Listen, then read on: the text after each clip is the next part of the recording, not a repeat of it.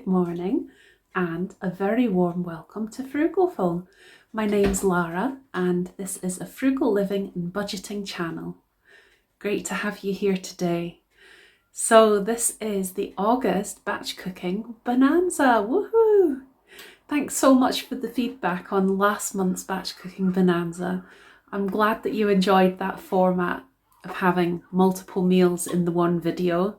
It's great to hear that, so I'm going to do that again this month. I think going forward, I'll do either a monthly or 2 monthly sometimes batch cook bonanza vid, and then from time to time also on the Sundays doing like there's a Bella down here. From time to time also on the Sundays doing a video that's a longer video, either of a slow cooker meal or some other kind of foodie thing I'm sharing a recipe or idea for. So without further ado, let's get started. Oh, actually no, before that, quick question. How has your August been? I hope it's been an awesome one for batch cooking, for budgeting. Please let us know in the comments how you got on in August, and did you do any batch cooking, and what are some of your favourite batch cook meals that you like to make?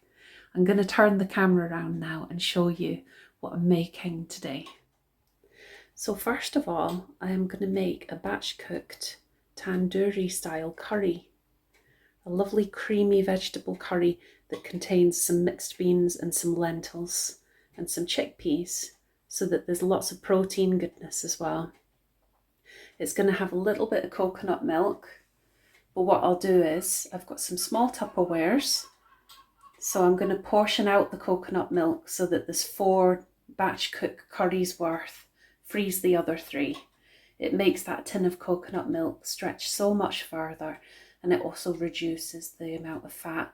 So there's still the nourishing benefits, but without going overboard. Then mixed bean salad, some chopped tomatoes. These are just brilliant. They're so versatile, so healthy as well.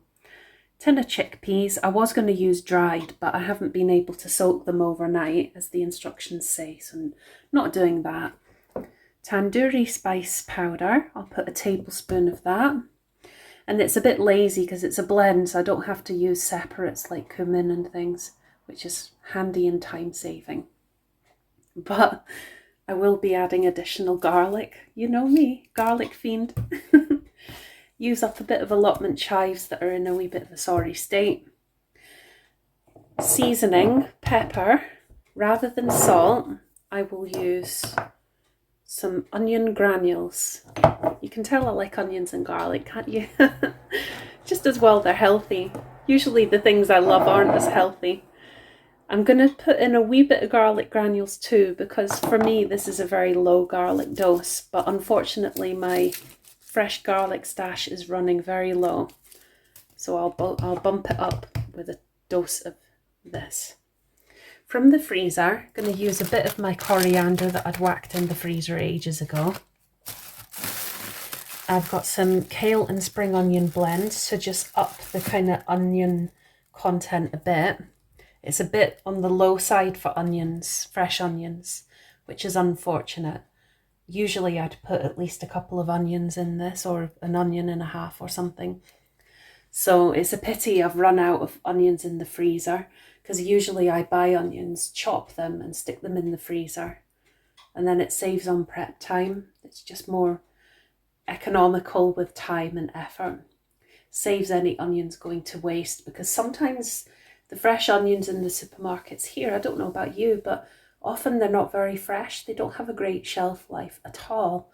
So I just, especially in the summer, because things spoil a lot quicker, usually I'll just do that. But I didn't realise I'd run out, so that is my most urgent shopping item now, is going to be some fresh onions.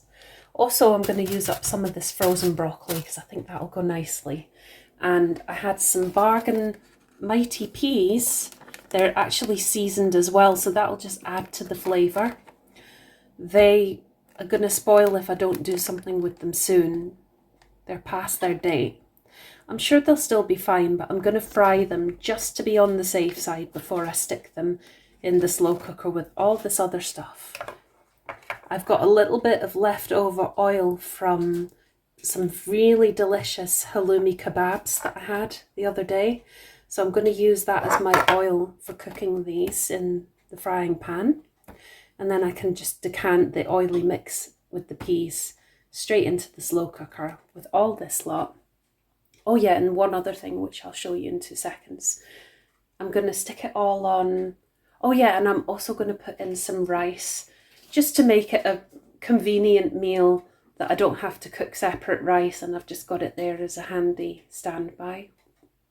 Some in the freezer, some in the fridge. I'll see how much space there is in the freezer. And then the other thing is, 2 seconds. Oh, I guess they're ready. Is the lentils, which I've been boiling, soaking and boiling. They didn't really need to be pre-soaked, these ones, which was handy. So this is all going to be going in the slow cooker, as I say, on high, probably for about 2 hours. So I will be back later in the video. We can do a taste test. See you soon.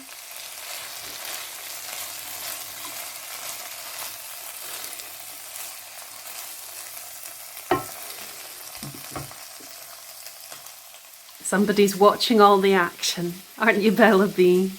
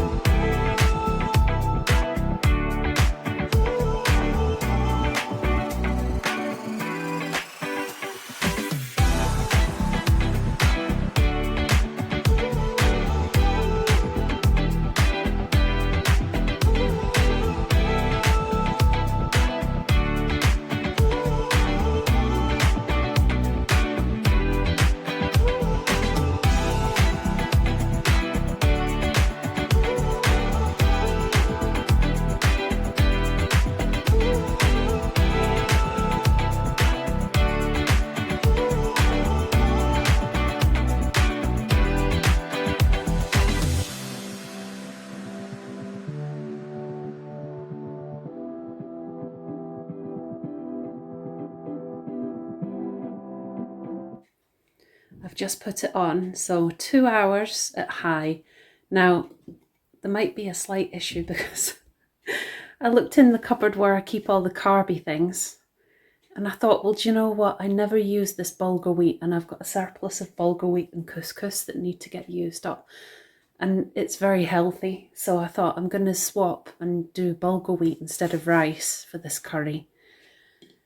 Plus I used water I filled up 1 tomato tin's worth of hot water and added it. It's looking very, very full, and it looks more like a soup than anything right now. But we'll see how it reduces down in time. And fingers crossed it won't be too kind of slushy or anything. We'll see. Oh, the other thing I meant to tell you too is that I decided to add an extra teaspoon of normal curry powder. So it's not just the tandoori. I think it would be too strong a tandoori flavour otherwise, if that makes sense. I wanted to just bring a kind of more rounded curriness to it as well. So here's the fruit that I harvested at the allotment recently, like you saw in the video. I've got 6 generous helpings of black currants and 4 of the red gooseberries, and they're going to be so delicious, maybe in yogurt or in some other way. I haven't decided yet, but what I'll do is I'll just freeze them all and then I don't have to decide yet. But I'm going to show you something else too. 2 wee seconds. So the 7th portion of the black currants I'm going to have with some of the blackcurrant compote that I made. The rest is in the freezer. And if you recognise this, if you don't recognise this rather, if you don't recognise this, then if you see the video I did previously about making the cheesecake, this was the leftover cheesecake topping that I had. So I've defrosted this and I'm going to make a blackcurrant cheesecake. Woo! Can't wait. So I'll show you how that turns out. Also, there is a huge glut of rhubarb and chives. So I'm going to make a sweet treat today with the blackcurrant to make the cheesecake. It's not going to be a raw cheesecake this time, I don't think, but we'll see. I'll show you. And then I'll figure out what to do with the rhubarb, make that, and show you that too. Hi, so the black currants from the allotment, as I showed you, I portioned them out and froze most of them. But I kept one of the portions in the fridge and I took something out of the freezer, stuck that in the fridge. I had leftover cheesecake topping. So I've defrosted that. And for the base, I decided to use something a bit unusual because I just wanted to use some of them up. So I took some of my cornflakes and I crunched them up. So they made up the base. And I have made a very, very tasty looking blackcurrant cheesecake. Yum. Crunch, crunch, crunch. I'm going to do a taste test for you. Now, I don't think cheesecake is meant to sound like that. But I just thought it would be a fun way to use up some leftover items and things that I didn't want to go to waste. Wow, this is a this is a first for me. A cornflake cheesecake. Wowee. Not something you see every day, guys. Right. I bet it's going to taste good though. Let's find out. All the individual bits are tasty, but how is it going to be putting them all together? Let's find out. First time for everything. A very interesting mixture here.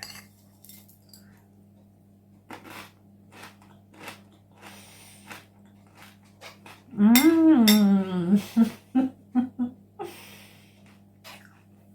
Mmm. That's really good. It's delish. And it's not your typical cheesecake base, and obviously it doesn't hold together very well. But I don't mind that. I don't mind that at all. It's still very sweet and tasty, so it will do nicely.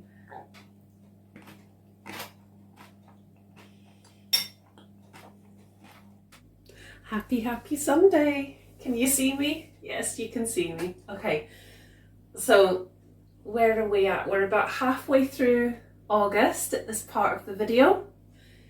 I'm going to show you, this is very typical for me. So this is an example of soup. Lazy, super easy, slow cooker soup. So let's do this. Super lazy. So I'm just using a tin of lentils rather than like actually having pre-soaked anything overnight. The reason being, this has got a bit of a dent in it. Well, also because I'm feeling lazy this Sunday, but this has a dent and I don't like to keep things with a dent for too long, because I've kind of heard mixed stories about that. And I don't know how safe it is to have them for months and months in case it leaches anything. Some of my pre-chopped onions. So if you've not seen this in any previous videos, what I love to do, I'll have to throw that one out because it's got some other foodie bits on it. What I like to do is I buy the fresh onions, and when I get them home I chop them and I portion them out and I freeze them so that they don't spoil, because otherwise they can turn quite fast. They're not always as fresh as I would like. I would do the same with harvested ones as well from the allotment, but it's just so handy having the portions ready, and it means I only have to cry once. So this is kind of how I'm thinking. Right, so basically what I just do is I start looking through my drawer of veggies, and I think, right, what do I fancy in my soup today? Just lug it in there, just chuck it all in. And as long as it's got the magic ingredients of some kind of onion-based thing, so it could be onions themselves, it could be leek, the close cousin, some garlic. Now look at all those beautiful cloves of garlic.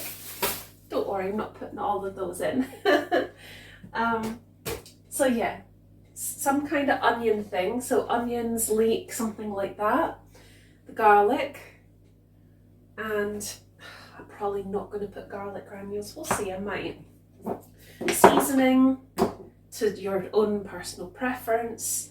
Herbs, I'll put some kind of herbs. What will I put? I'll put some I'll put some oregano. Stock. That's always essential.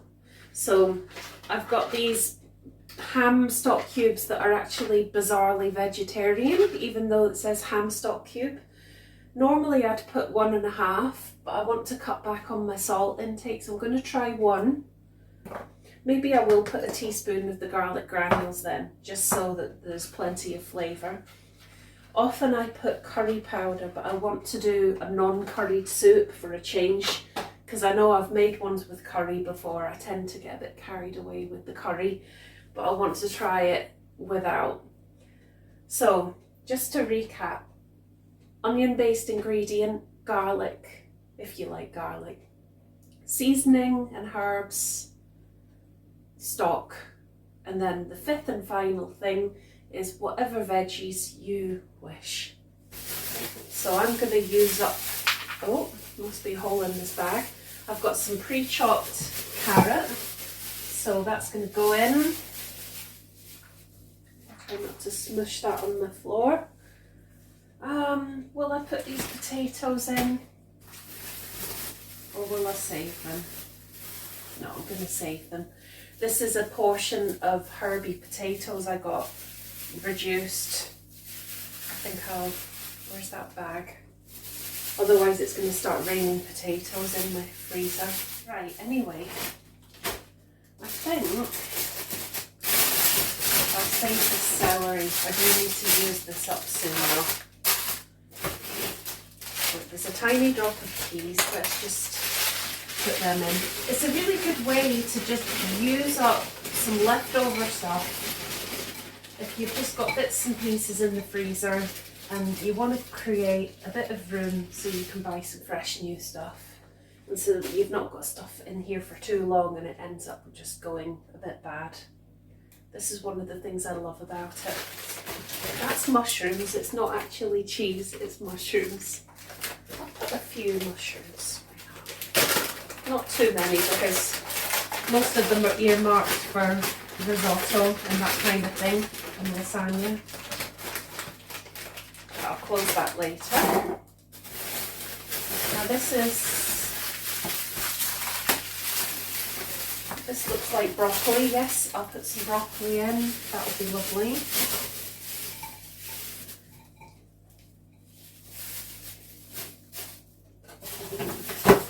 Oh, right. Now this is really random.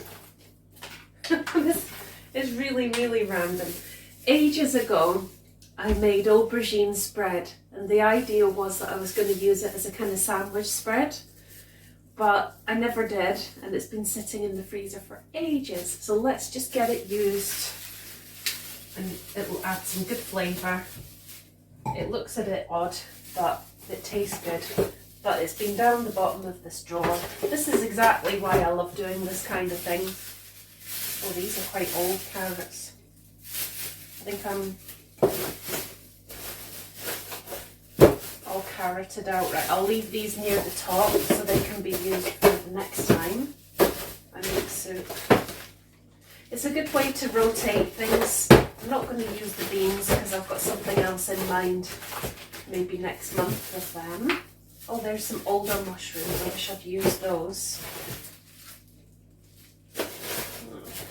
Beets. Will I put some beets? They're very earthy. No, I think I'll leave the beets. Use them for other things. Kale and spring onion blend. That'll be good for something else. But have I got spinach down here? I think. Yes, I've got kale. I'll put a bit of kale, and I'll put another aubergine, and I think I'm going to leave it at that, guys. Yeah, I'm going to leave it at that. So it's going to have carrot, broccoli, aubergine, onion, carrot, aubergine, onion, peas, broccoli, and kale. Right, so texture-wise, it's got good stuff. Flavour-wise, I think that's it. Yeah. So I'll probably add 2 tins worth of boiling water, and then it will be 2 to 3 hours on high. When it's done, I'll show you and we can have a wee taste test. I'll see you soon. Anyway, the nicely blended soup is here. Let's give it a taste. It's very, very good. Yeah, you just can't go wrong with soup. It's just wholesome, warming, which is just what I need. Absolutely freezing.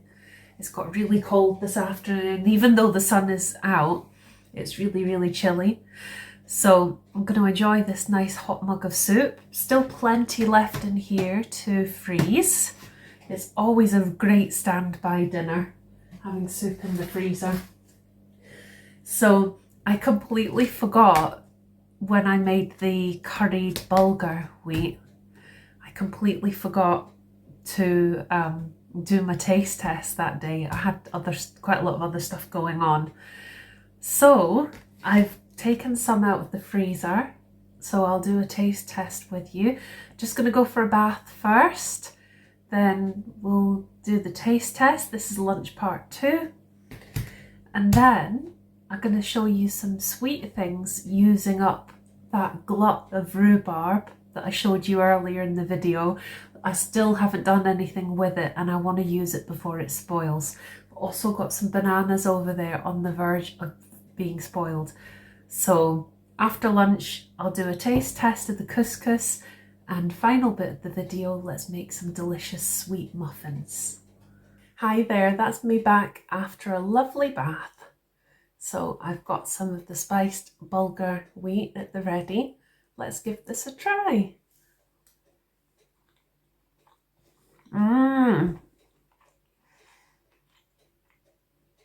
That's good. Yeah, very good. I'd say the flavours have actually intensified a bit, which makes it even better. It's a great on-the-go lunch option, full of goodness, very convenient, very tasty. Definitely recommended. I am super excited to do this one today with you. I've never made this before. The rhubarb crumble muffins. I found a recipe on the BBC Good Food website. I thought it looked pretty good, so I'm going to try that. This is the crumble topping. So there's 5 things now. What was it? Oats. I'll link the recipe below in the description. So there's oats, cinnamon, flour, sugar. It said muscovado, I think it's called, but I'm just using brown sugar because that's the only option there is. And rather than butter, I'm using just a light vegetable oil. So I'll mix all that up. And then here at the moment, oh ouch, in here at the moment I've got the rhubarb and again brown sugar rather than caster because that's all I've got. Giving that a good mix and letting it all soak together while I make the topping. I'll be back in a second with the crumble, show you what's in that. Time for the next bit. So it's funny because I do this quite a lot where I don't have the ingredients but I just improvise. So fingers crossed it'll work. So there's to be 2 tablespoons of oil, a teaspoon of vanilla essence extract, an egg, the milk, I can't remember, I think it's 125, yeah, but as I say, I'll link the recipe so you can see all the amounts. 200, oh, so these get added. It's supposed to be buttermilk, but I'm using regular milk or plant milk, so hopefully that will work. And then it will be 200 grams plain flour, and it's supposed to be a teaspoon of baking powder and a teaspoon of bicarbonate, but I'm just going to put 2 teaspoons of this baking and hope for the best. Let's see what happens.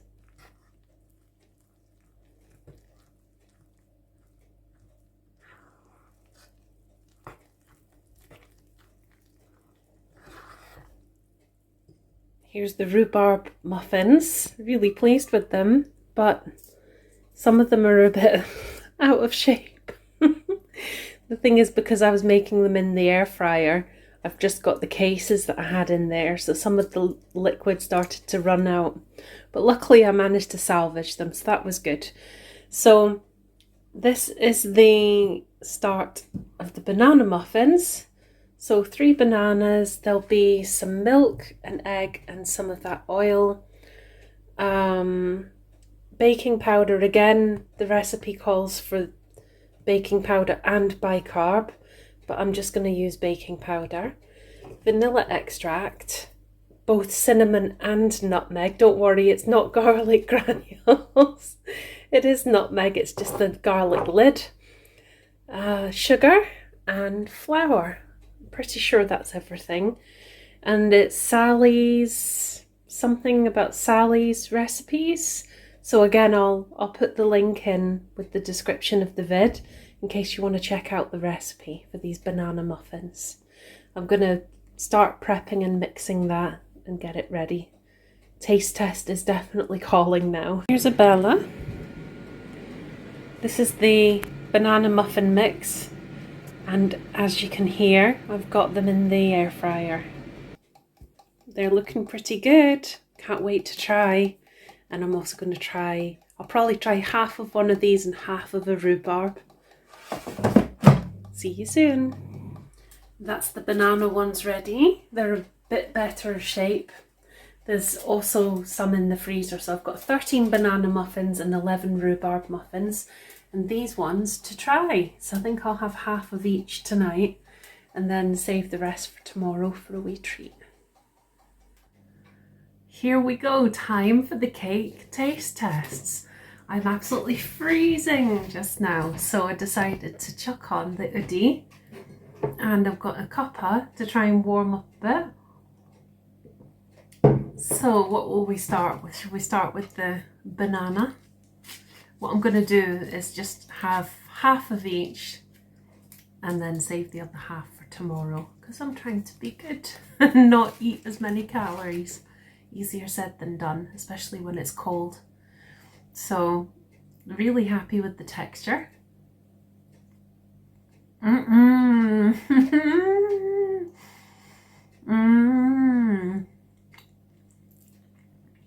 That is really, I love that. So delicious. I'm so pleased because I've only ever made banana bread in an oven, not banana muffins in an air fryer. So I'm really chuffed to know that that is doable. Really pleased to know that. This crumbly one, the rhubarb crumble muffin, is very crumbly, so luckily I've got a tub under it, and otherwise I'd be doing even more cleaning today. So, oh, I do still have a bit of crumbly topping on this. I haven't quite lost all of it. So let's give the rhubarb crumble muffin a taste test too.